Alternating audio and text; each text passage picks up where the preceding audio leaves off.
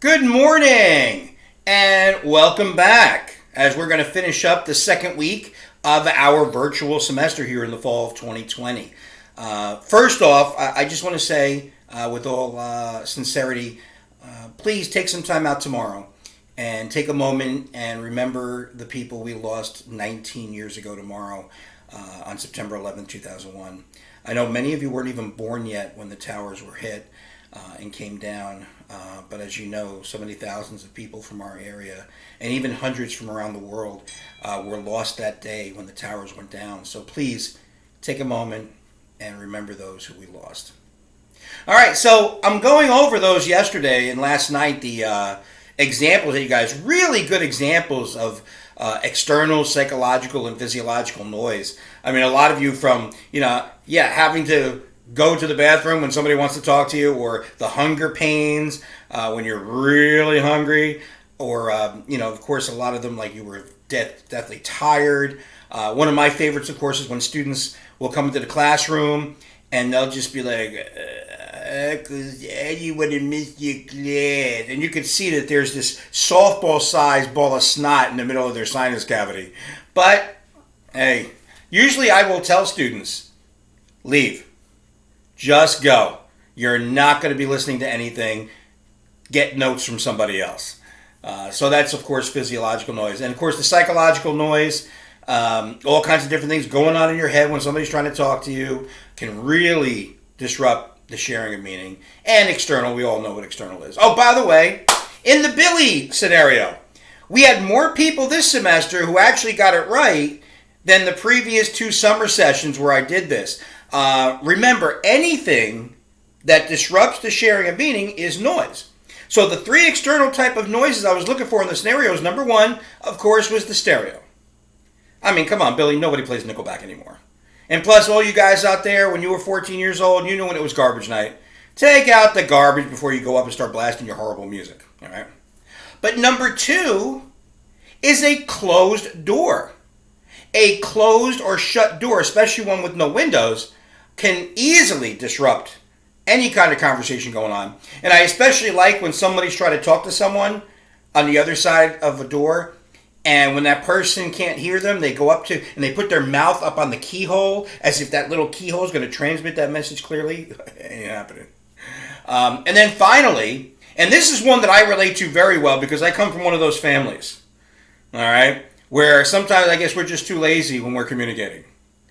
And of course, the third type of external noise in the Billy scenario was the physical distance, where mom was downstairs and Billy was upstairs. Now, come on, in the last week alone, how many of you have had a conversation or watched a conversation in your house where one person was on one floor of the house, one person was on the other, and that conversation did not go smoothly? Come on, we all know. What's the most common word in that conversation? What? I said the blue shirt's in your right drawer. The top. What? There, that's basically a conversation with the physical distance, especially with the stairs. As a matter of fact, I had this sadistic little bastard in class one year, a long time ago. And we got to this chapter, and he told me, his grandmother lived with him. He said he would purposely, when his grandmother would go into the basement to do laundry, he would go up to the second floor, lean over the railing, and without raising his voice too loud, would start, "Grandma, where are you?" "I'm in the basement." "Grandma, where are you?" "I'm doing the laundry." "Grandma," and of course she would come up and she'd be like, "What do you want?" And he'd be like, "Oh, hi, Grandma." At the end of the semester, when I gave him a D, that was the best D I ever gave out. All right, so anyway, it's time to move on. Now, before we move on to our next chapter, which is chapter 2, I do want to say this, and this is getting serious just for a moment. There's quite a few of you who haven't gotten in either this assignment yet, or even haven't gotten both assignments yet. Okay? Now, there's a reason why there's a deadline. Yes, this is an online class, but that means being asynchronous means where I'm not having you show up every Wednesday and Friday from 9:30 to 12:15. I know that's one of the classes that was your time period. Or Wednesday and Friday at 1:45 to 3 p.m. I'm not having you do that. But when I do give you a deadline for an assignment, you got to meet that assignment. You got to meet that deadline. And what's more is there are some of you, probably too many of you, who I haven't heard from at all. Well, the school just sent out an email that by September 16th, if I have people who have never attended, I have to report that. Now, we're going to have 4 lessons, or 4 assignments that is, already having to be done by September 16th. And if you have not gotten any of those lessons in, I'm counting you as never attended. Now, the reason why that's important is because if you're getting financial aid and you're in the 3rd week of the semester and I don't even know whether you're coming or not, you're in big trouble. All right? So, that was the last assignment, the one that was due last night. That's the last one that you can get in late. So if you still haven't done the informal speech, if you haven't done chapter 1, get them in as soon as possible. But these next 2 will both be due on Sunday, September 13th by 8 p.m. And you got to get them in or they're not going to count. Now, I know some of you work and some of you are busy with your lives, but I didn't take the money out of your pocket, the money out of your mother's pocket and pay for this class. I mean, you paid for a class. I'm expecting you. All right? If you're on my roster, I'm expecting those assignments to be done. All right? Now, I know, again, it's not always easy not using Moodle, but I've just had 3 very successful semesters, finishing up the spring semester, summer 1 and summer 2, where this method that I'm using worked extremely well. All right? So that's why we're continuing. So now let's move on. Chapter 2. Chapter 2 has a particular area that deals with something that I've always thought was amazing, and it always it was something I like looking into when it comes to communication.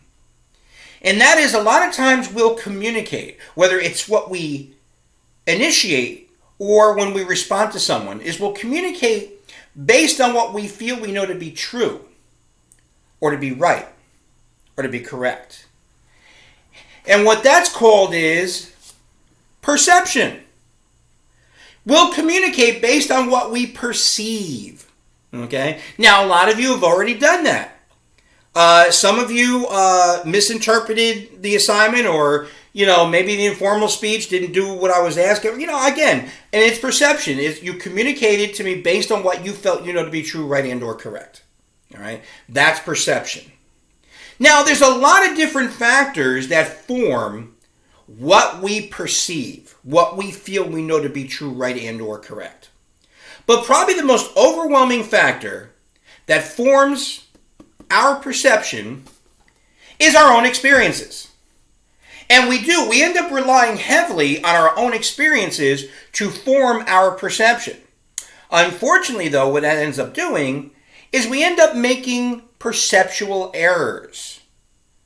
What happens is what we'll either initiate or respond to something that someone's communicating to us based on what we feel we knew to be true, right, or correct. But because we'll base that perception on our own experiences, the perceptual error that comes up the most is we stereotype. Now, there are all kinds of different ways that we can stereotype people. We stereotype people based on their ethnicity, their cultural background, the color of their skin, their religion, even geographically, all right? You're from West Virginia, you must be married to your sister, okay? But there are a lot of other different ways that we go ahead and stereotype people. Let's go back, say, 21 years and about 45 pounds ago, all right? It's the fall of 1999. It's my very first semester here at Bergen. And this was back when there were no smart classrooms. So if I wanted to show a movie, I had to go get a television set and a VCR, video cassette recorder. All right. So I would go down to the media center. Now, the guy who's down there has never seen me before.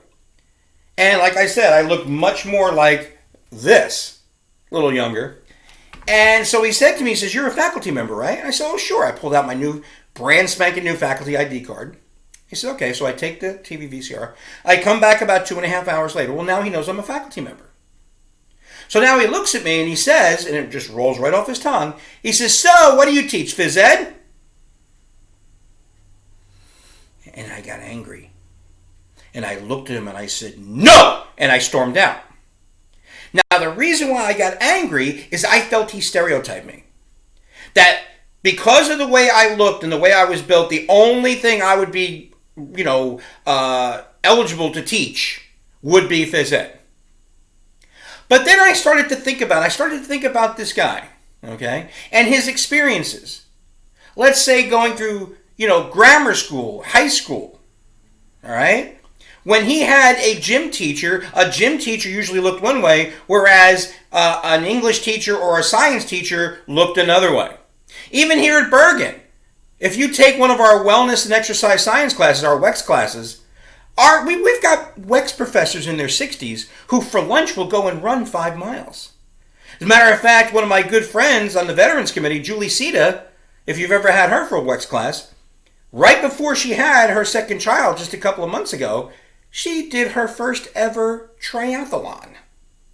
And yet, if you look at some of our chemistry professors, they look like chemistry professors. So I realized that it wasn't that he purposely stereotyped me, but he was just making a perceptual error. So I was going to go down and apologize to him, but he got fired 2 weeks later, so I didn't care. So now that sets up the first part of your assignment. So go ahead and read that first part, and then you can check into the next video, which is going to deal with Chapter 5.